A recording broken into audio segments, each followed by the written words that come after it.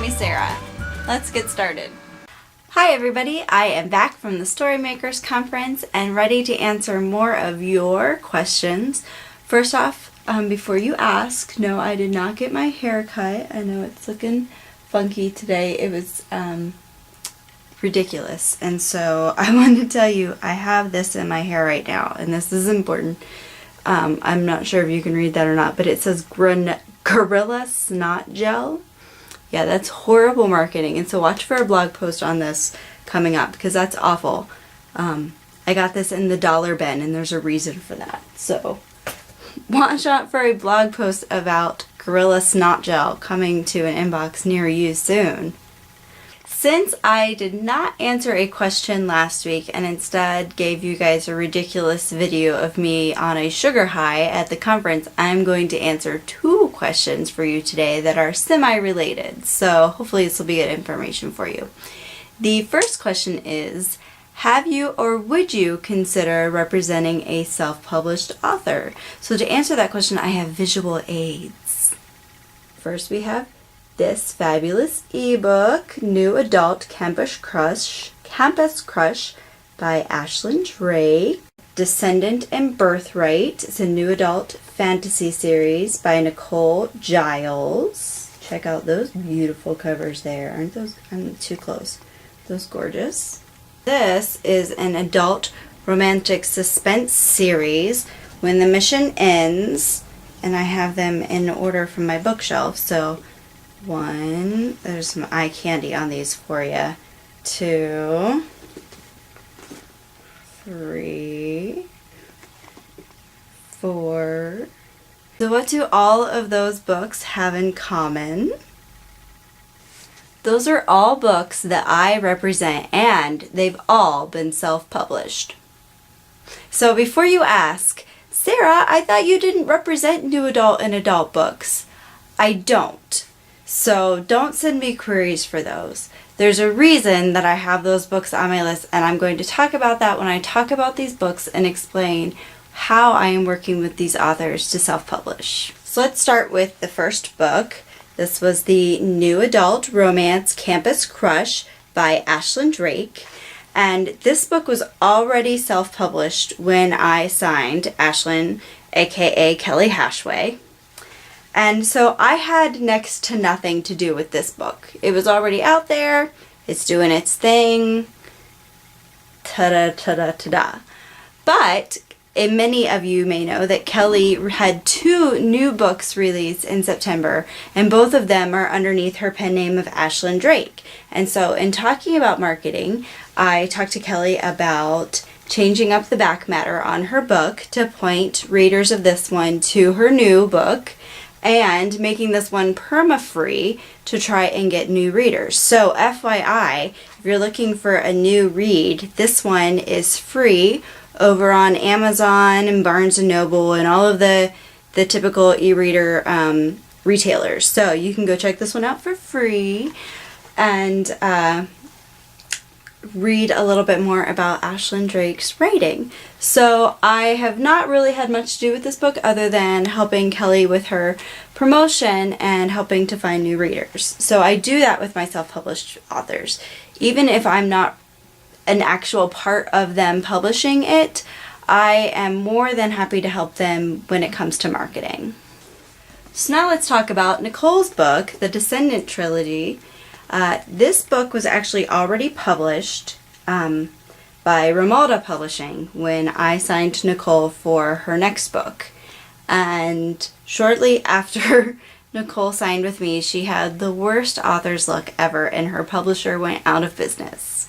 And so I spoke to Nicole, which is one of the things that you get with an agent, is somebody to bounce ideas off of. And so we discussed all of her options, and we decided the best bet was for her to self-publish this trilogy. So she put this one on the market shortly after, and then Birthright came out this past summer.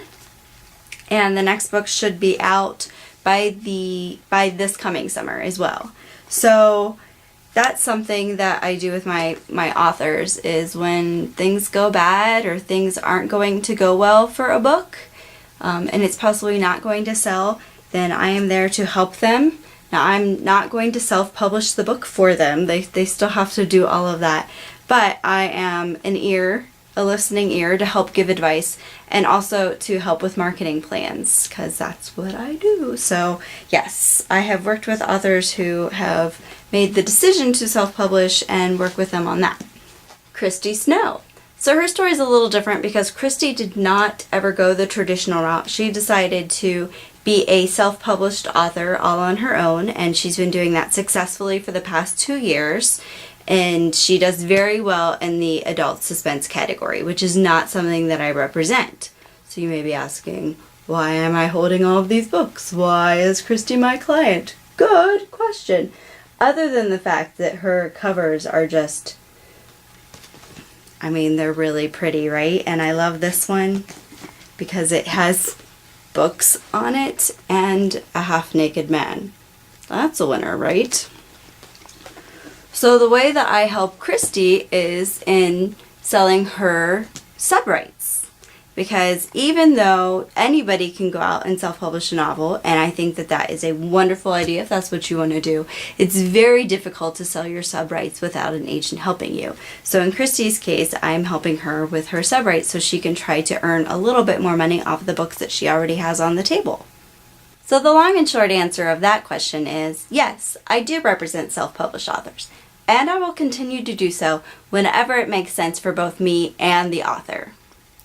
So the follow-up question to that, which is the second question that I received that I'm going to answer today, is how many sales does a self-published author need to have in order to get the attention of an agent?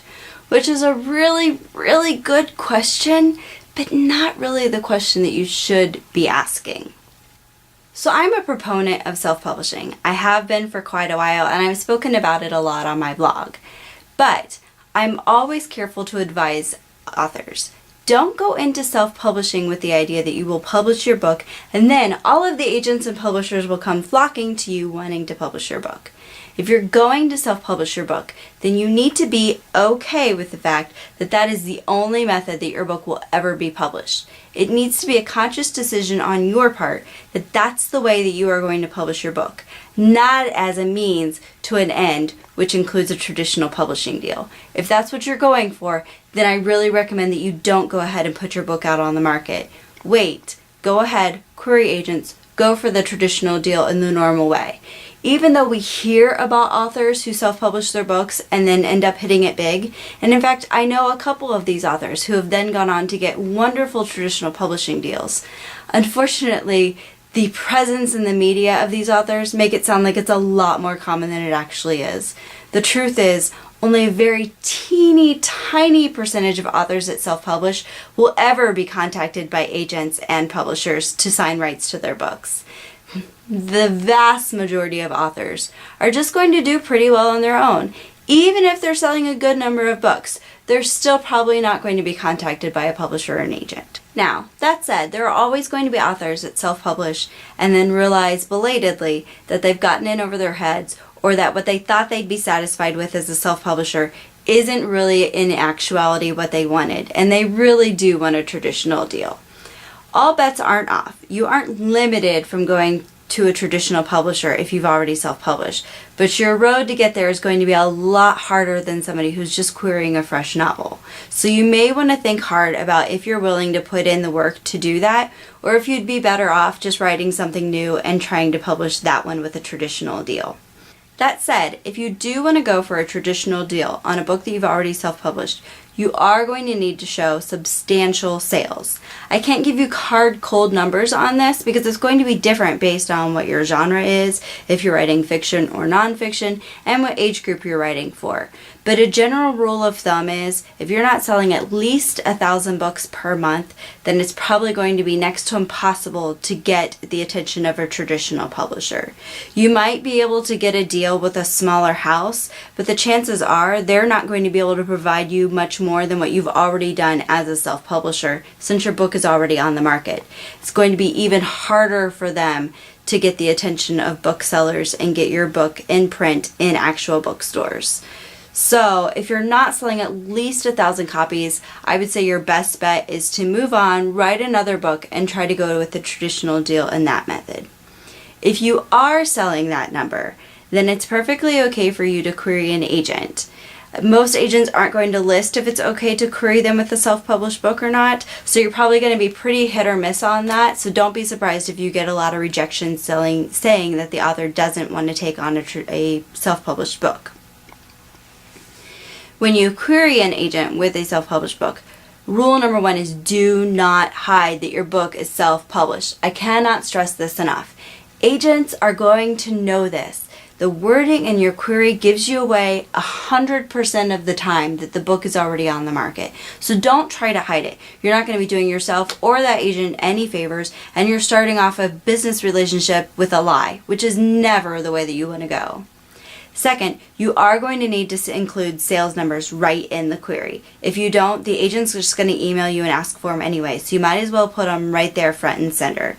It's not bragging if you say that your book sold X number of copies in the last 3 months. That's what an agent needs to know to make an informed decision about your book. Another thing you're going to want to add in your query is if your book has won any awards or hit the top of any bestsellers lists. Even if it's just within your genre, go ahead and list. Again, it's not bragging. This is just the information the agent needs. In contrast, don't talk about how awesome your book is or add a bunch of reviews or reader comments. This isn't helpful. The agent's perfectly capable of going out to Amazon and checking them out for themselves. So that's it for this week. If you have any additional questions about publishing with an agent, you can leave them in the comments below. Also, feel free to submit your question to me to have it answered here in the video by leaving it in the comments, or you can go to the link in the description box and submit your own question on my website, which is www.sarahnegavetich.com. As always, I'd love it if you would subscribe using the button that is somewhere around here. I still haven't figured out because I'm a horrible YouTuber. And I'd love it if you'd share this video if you found it was helpful. So that's it for this week, and I will see you again next week with another video answering your questions.